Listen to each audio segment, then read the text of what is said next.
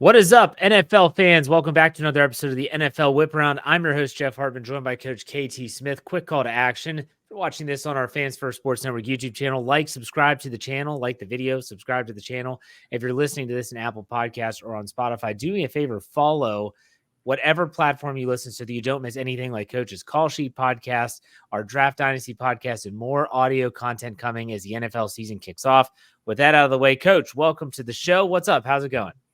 Thanks, Jeff. Going great. Ready to talk about training camps. They're underway, and the contracts are rolling in. Lots of good stuff happening. Yes, and this podcast is titled Show Me the Money, obviously akin to Jerry Maguire. For those that don't know, you should know. And two quarterbacks got paid handsomely this past weekend. It was first, correct me if I'm wrong, Tua was first, and then Jordan Love topped him. Am I correct in my timeline?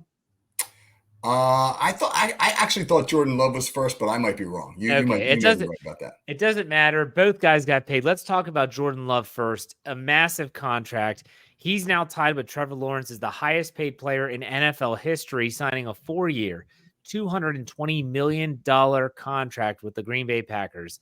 I just want to know what your reaction was when you saw that break. I guess I'm surprised, but I'm not surprised.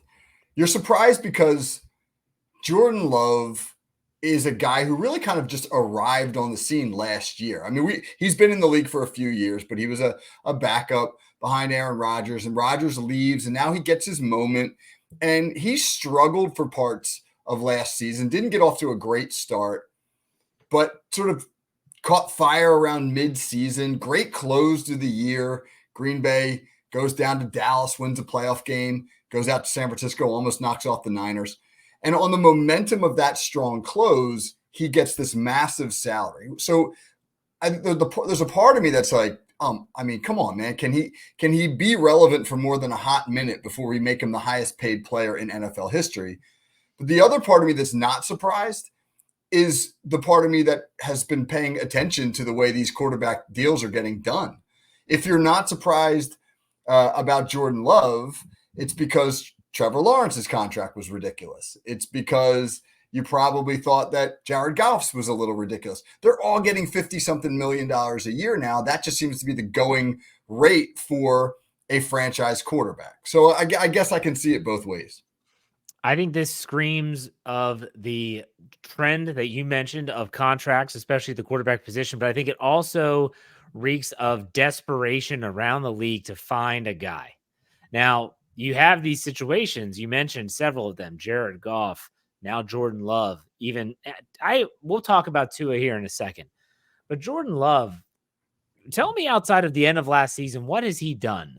What has he accomplished in the National Football League? Like when you think of that, what has he accomplished? Nothing. Exactly. That's exactly what I'm talking about. And so this is why, and kudos to Jordan Love. All right. I always want to say that fans tend to side with ownership and they think that these players get paid too much. But kudos to Jordan Love for leveraging a really good finish into a really huge contract. He could end up being awful. This could be another Matt Flynn where it just doesn't pan out and someone else replaces him and then he becomes an afterthought as he bounces around the league. I don't think that's necessarily going to happen, but it could. But the Packers were saying, okay, this guy's holding out of camp. He's not practicing until he gets a deal. Jordan Love said, if I'm getting a deal, I'm setting it here. And so you either meet me here or we're going to have issues. Packers didn't want issues. I just was stunned. I was stunned, if you ask me my reaction, because Jordan Love and everyone, when I said this on Twitter, I said, just Jordan Love, really? Like, this is where we are? I mean, there were some people that came back and said the Steelers would be so much better if they had Jordan Love.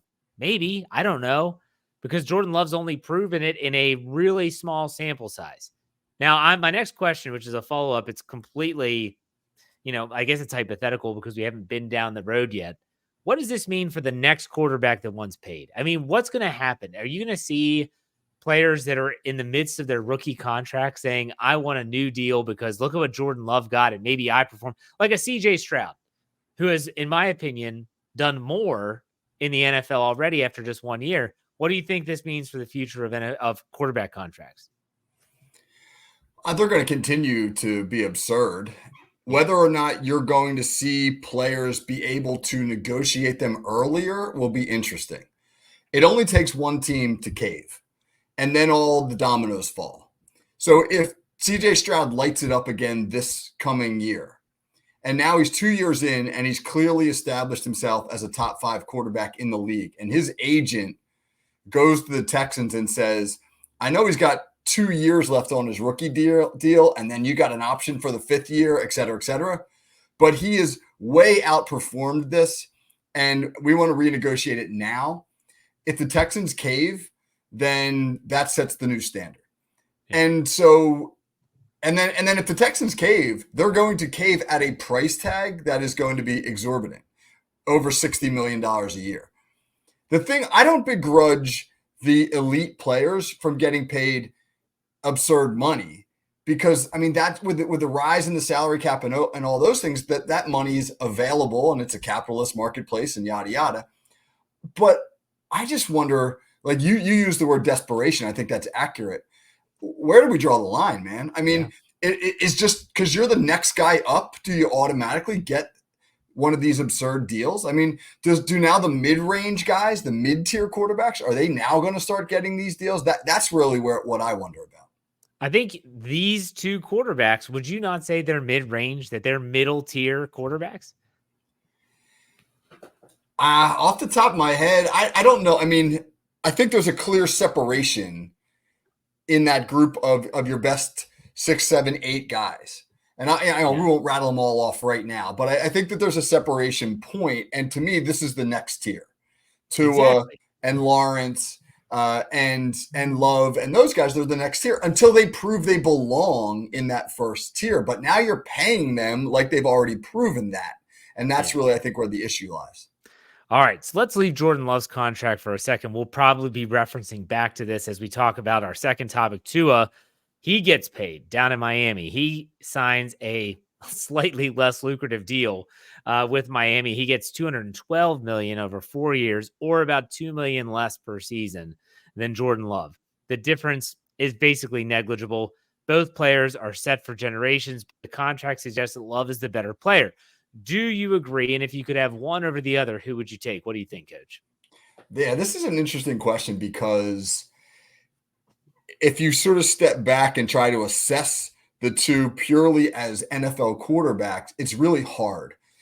I think Jordan Love's skill set is more applicable across the league. I think you can probably plug him into more systems and see him have success. But I think Tua's fit in what Mike McDaniel's doing down in Miami with all that speed and all that horizontal stretch game and the RPOs and the play action and all the motions and what they do. I think he's a perfect fit. So I think Tua, you almost got to put an asterisk by it. I think he is a great fit for what Miami does, but I don't know if you could take him out of Miami and put him in, let's say, Arthur Smith's scheme in Pittsburgh and see similar success. Whereas I think Jordan Love, you could probably put him in more systems and he would be able to succeed. So it's a tough question to answer. Honestly, if you're giving me like generic franchise X and you're letting me pick, I'd probably pick Jordan Love. Yeah. But again, man, it's system-based. It is system-based. And I will step back a second and say that when I saw that Tua got paid, I was like, okay, this guy's won some games in the NFL. He's looked good when he's been healthy. And that's been an issue. And that's been well documented, especially when you talk about concussions and his history with those injuries. But ultimately, I mean, he's done more, which is, granted, I guess he hasn't won a playoff game and Jordan Love has, but still from an entire body of work, he's done more. So when I saw the Tua got paid, I was like, okay, that makes sense. He and Trevor Lawrence are about the same in terms of what they've done in the league and where I put them in those tiers. But if I had to choose one, I agree with you. I agree with you. I think that Jordan Love does provide a little bit more upside. But again, system-based. And for those that are listening to this, you might want to check out Coach's call sheet breakdown on Tua's contract, which is on our Fans First Sports Network YouTube channel right now. Just find us, Fans First Sports Network. Go to our videos. You'll see it right there. It is live as we record this and as you're listening to this. So go check that out. And Coach, you agree that you think he is worth the money, correct? Yeah, I do. I think that, again, for what Miami's doing, he's the guy. And if he's going to be your franchise guy, taking them to the playoffs, then he's going to get paid like it. Yeah. And so it's going to be interesting to see how this plays out, in my opinion. That's going to be the most interesting, because with these two quarterbacks, and we'll go back to Jordan Love, as I said we were going to do that, and Tua, they now have a lot of pressure on them. They have a lot of expectations. Just everyone's now saying you are supposed to be the guy now. This isn't a question of if, it's you were paid. So let's see you play and live up to that hype. So before we go any further, who do you think is next up for the quarterbacks to get paid? Is it Dak Prescott in Dallas? It's got to be. And Yeah, Dak Prescott's an established quarterback who's been good for a while, now hasn't had the playoff success. correct. So it's not going to matter, though, because he's going to become the highest paid player in NFL football history for a hot minute until somebody tops him. But I think he's going to get paid more than all of them because he's next up and he's got a broader resume. Yeah, I agree. All right, so let's go to other positions, though. Players that are currently looking to get new contracts. It's our third talking point. We're talking about wide receivers mainly, but CeeDee Lamb in Dallas, Brandon Ayuk, San Francisco, they're both holding out. But also Hassan Reddick, who got traded to the Jets from the Eagles, he's also wanting a new deal. Oh, and by the way, San Francisco, your troubles don't just start and end with Brandon Ayuk. Trent Williams, the superstar left tackle, is out as well. Which holdout could be the most impactful if it drags onwards towards the regular season, Coach? Who's your pick out of those four? Well, I'll tell you the guy I think is the least impactful, and that's Trent Williams because he's 36 years old. He's got 3 years left on his deal. He's out of guaranteed money, which I think that's an easy fix. You work some things around. I think he's a guy who's like, look, I don't want to go to training camp. So, I think I can use this as a negotiation. I don't think he needs training camp particularly. I would be stunned if this turns into a big deal. I think San Francisco will find a way to redo his deal so he gets some more money up front. CeeDee Lamb for me is the guy who I think I think the Cowboys need to get him into camp and get him right because his receiver deals, we talked about that throughout the offseason with guys like Jefferson getting paid. And I feel as though the Cowboys are in a sort of precarious spot. They're in a win now situation, man. You got Prescott, we've talked about this before, and Lamb, and pretty soon Micah Parsons, all those guys needing to get paid. And the Cowboys are going to have to make some decisions. And if they screw this up, if they botch this with CeeDee Lamb, then they're really kind of putting themselves in a really tough spot for future negotiations. So I think that's a crucial negotiation for them. And they need him in that offense, man. They lost a couple playmakers. They lost a couple wide receivers. If they're going to win now, they need CeeDee Lamb to be great. So that's the one I would zone in on. So your answers are great. No one really cares what I think anyways, but I want to ask you a question about Trent Williams. Do you think he could do what Chris Jones did last year with the Chiefs? If you remember, Chris Jones sat out regular season games. Yeah. He said, I want a new deal. And this is when we, like you and I on this show, said, this is ridiculous. You have a contract, honor your contract. Well, the Chiefs ended up paying him. He seemed to be fresh for the end of the season, and he played great in the playoffs and in the Super Bowl as they win another title. Do you think Trent Williams could be doing that same thing? Yeah, and Chris Jones is 5 or 6 years younger than Trent Williams. So yeah, there's a lot of tread on those tires. It's actually, if it plays out like that, it's actually a pretty great move from a veteran standpoint. Why do I need to play 17 games and then the playoffs?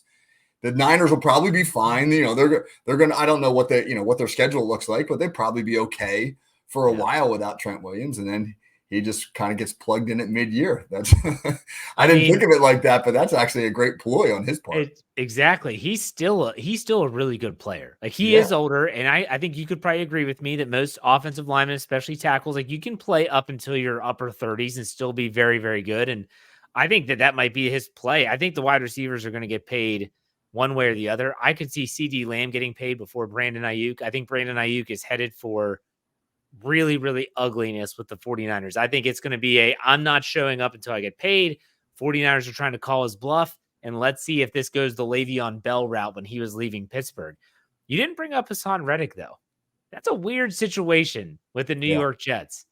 He didn't show up. I don't even think he's reported yet. I don't think they didn't even know where he was. He's over in like Asia somewhere doing weird stuff. I don't care. He can do whatever the hell he wants, but they don't even know where he is. And so this is weird because they traded for him and he wants a new deal. And I don't know if that was a part of those negotiations with his agent or not. What's your take on that situation? I don't know, man. It pains me. He's a South Jersey guy. I always gotta stick up for these South Jersey guys. I don't know, but it fits perfectly with the already dysfunctional season that the Jets appear to be having. There was something on Twitter today. Garrett Wilson and one of the other receivers screaming at each other on the sideline, and then Aaron Rodgers coming in and trying to mediate it, and then Wilson and Rodgers yelling at each other. And Yeah. I feel like the Jets are already some of the things that they've botched from a public relations standpoint and Rodgers' absences, et cetera. That I don't know, man. The juju's not good right now there with the Jets, and the Reddick thing just feels like it's feeding into it. I don't really know. He's got a deal for $14 million a season, which is a pretty good number, but he feels the elite edge rushers are getting more and he wants more. I don't know what kind of leverage he has. At what point did the Jets simply say, show up or we're just going to start taking money away from you? Jets, man. Jets. I always go back to when you had your buddy on who's a lifelong Yep. Jets fan on your Call Sheet podcast, and he was just like, it's torture. But, you follow the team for so long, you can't abandon them. All right, let's go to our next topic. Reports out of Washington with the Commanders over the weekend stated that rookie quarterback Jaden Daniels has picked it up in camp after a slow start. Meanwhile, another NFC East team, the New York Giants, Daniel Jones, was said to be up and down. In Atlanta, Kirk Cousins and Michael Penix are both said to be shredding up the Falcons' defense. Indianapolis, Anthony Richardson looks incredible. What do you make of these quarterback evaluations, Coach? Just a few days into camp. Is there any credence to these? Do you put any stock into them, or is it just kind of, well, it feeds the fix of news, but it's not really news? I put zero stock in all this stuff.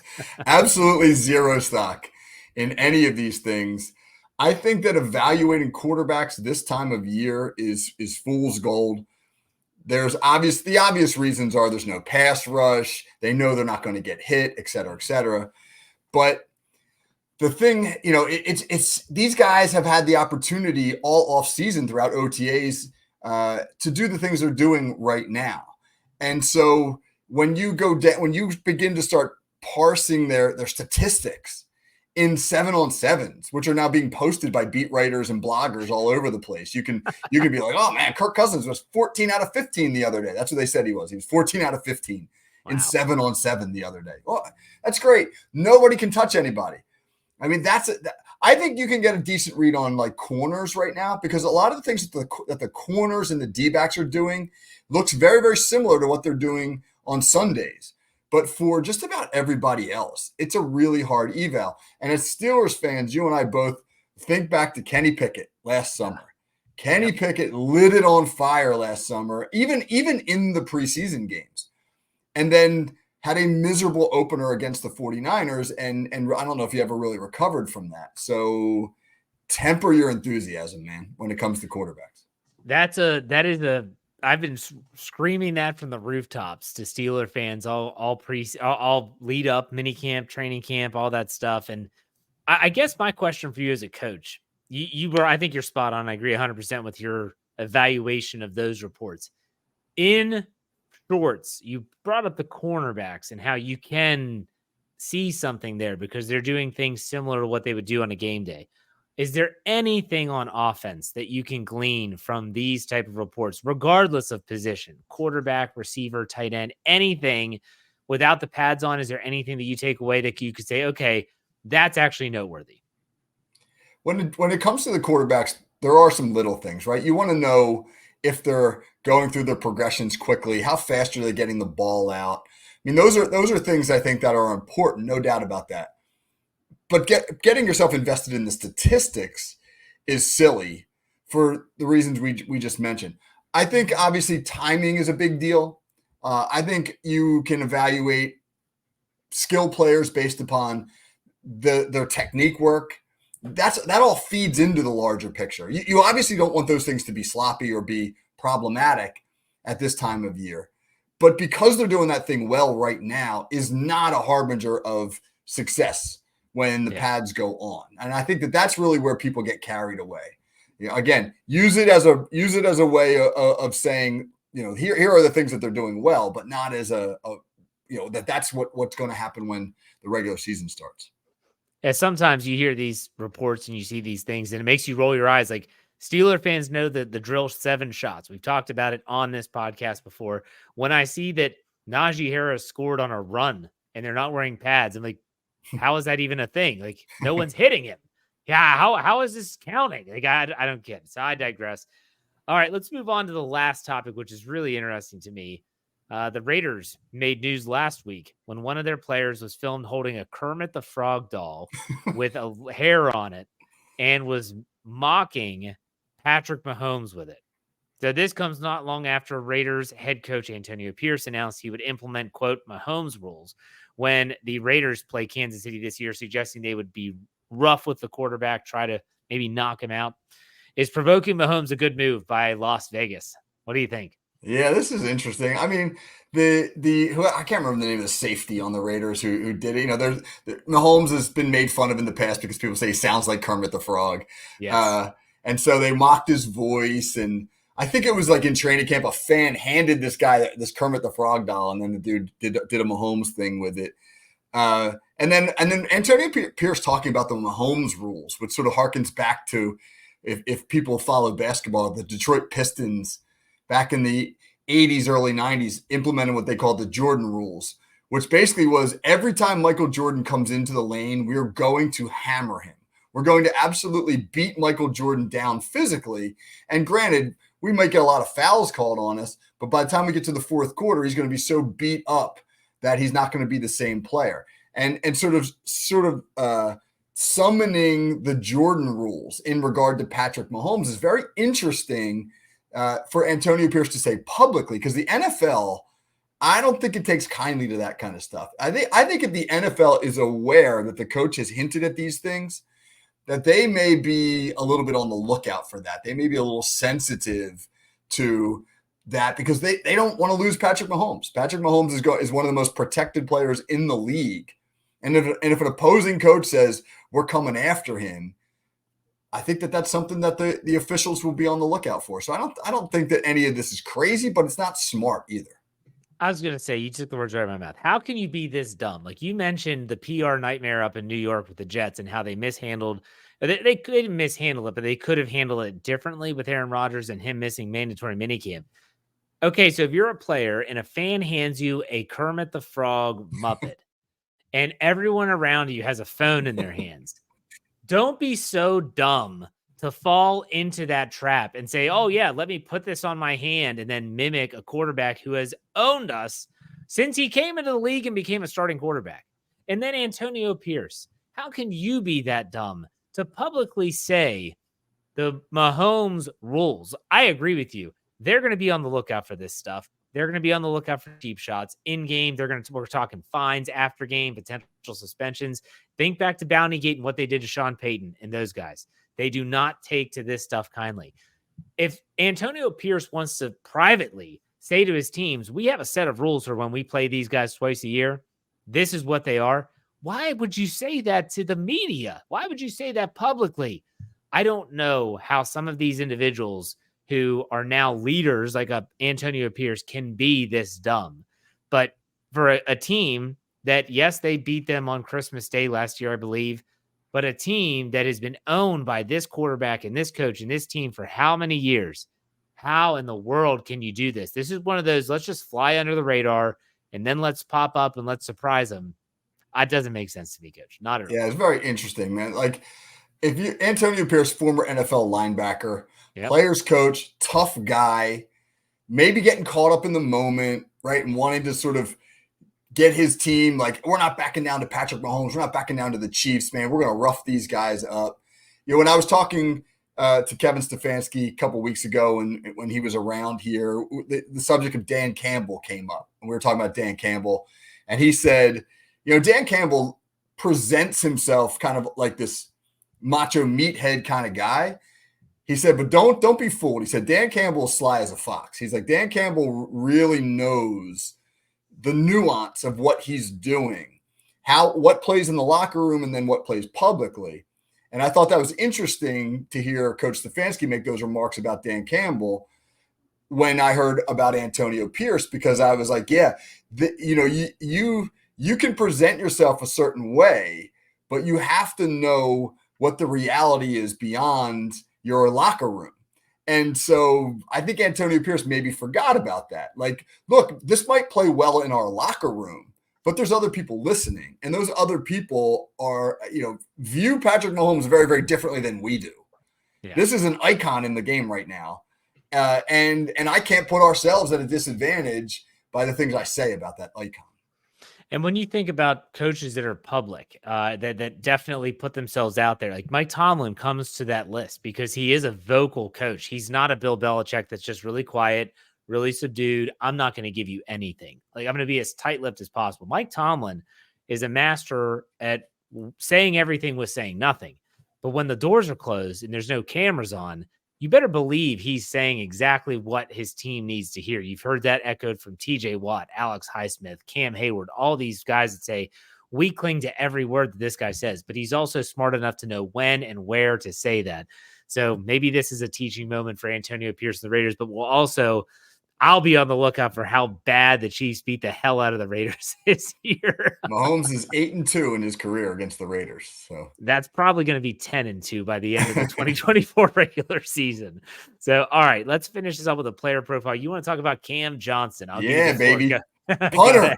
That's right. So I thought this was fantastic, right? That reading through the notes that are being posted about Steelers minicamp practices, there was somebody who posted the other day that the biggest ovation of the day at Steelers training camp went to punter Cam Johnston, who, quote, put on a show with an array of booming punts, like tremendous hang time, coffin corner kicks, knocking him out of bounds at the 3 or 4 yard line. The fact that a punter was getting such an ovation speaks to two things. One, it might have been a slow day at Steelers training camp. And two, the Steelers are obviously starved for a great punter. It's been a long time since Pittsburgh has had a really good punter, and several of their recent punters, like Jordan Berry and Presley Harvin, right, Presley have Harvin. Been awful. They've been awful, and so it is important when you think about it. It is significant how much that special teams is now beginning to have an impact on the game. The kickoff rules are going to be huge. Kickers are getting so proficient now. You cross midfield, you're almost in field goal range now. Mm-hmm. And punters obviously have the ability to change games. So I really find it interesting that there's a little bit more attention being paid now to special teamers. Well, and kudos to the Steelers fans, okay? Because not all training camps, even if they're public, would people even recognize or know that a punter was even doing anything. Yeah, it could be a special team session, but most people might say, well, I'm going to go to the bathroom or I'm on my phone, not paying attention. Steeler fans are aware. Like they're a good fan base. We might complain about their fickle nature a lot, but nonetheless, they are a good fan base and they're very knowledgeable for the most part. And I've asked this to many people on the Steel Curtain Network here on Fans First Sports Network. Think, when is the last time the Steelers had a punter, like a good, legitimate punter? Sepulveda, maybe? He was pretty good. Before his ACLs became paper mache. Yeah, like they were. That's 20 years ago. Yeah. It was a while ago. Yeah. And he was drafted, I think, in the 4th round. So they put a lot into him, and he obviously got hurt and then moved on. But yeah, probably Daniel Sepulveda. I can just tell you this, and this is more football related than anything else. How many times did I watch a Steelers-Ravens game? The Steelers defense comes up with a big 3-and-out. The Ravens are in their own territory, and you're thinking, all right, here we go. They just forced a 3-and-out. We're going to flip the field. We're going to have great field position. Sam Cook, I don't know how you say his name. He retired, no longer with the Ravens. He would have this booming punt that would pin the Steelers back in their own end. And now all of a sudden the field flipped, but in the wrong way. Right. And now the Steelers are having to dig their way out of their own reds and out inside their own 20. It was awful. And I kept on saying the same thing over and over again. When are the Steelers going to get a punter who could do that? When can the Steelers, maybe, just maybe, Cam Johnson, who looks a hell of a lot like Bill Burr, could be that guy. Maybe. We'll see. Maybe. I hope so. You'll be there, right? You're going to training camp this weekend? Yeah. Going to training camp this week. Actually, I'll be there on Thursday and really looking forward to that. I love taking that little trip out to Latrobe. It's a beautiful area. There's something very quaint and cool about the Steelers holding their camp at tiny little St. Vincent College and not at some big corporate complex. I'm sure the players might like the latter, but for fans, it's a really cool experience. That's awesome. And so what's your call sheet going to be about this week? Yeah, we're going to do some general training camp stuff, but I'm going to kind of focus in on my visit to Latrobe, and not going to be totally Steeler centric, but there will be a little more Steeler talk than usual. And we're really going to talk a lot about as we progress into training camp now, what stage are we at? Last week we talked about the first week, the first few days, and now when the pads go on, how does the structure of camp change? How did the drills change? How does the competition change? What are the coaches looking for when the pads go on? That'll be part of our conversation. Sounds fantastic. I'm looking forward to hearing all about your trip to Latrobe. Make sure that if you're listening to this, you check us out, fansfirstsports.com. Check out the website, The Written Word. We have a lot of great content there all across the sports landscape, not just the National Football League. You can check out us at, if you're watching on YouTube, Fans First Sports Network. If you're listening, make sure you follow us, like I said at the beginning of the show. But that does it for another NFL Whip Round. Coach, thank you for your time. We'll talk next week. Take it easy.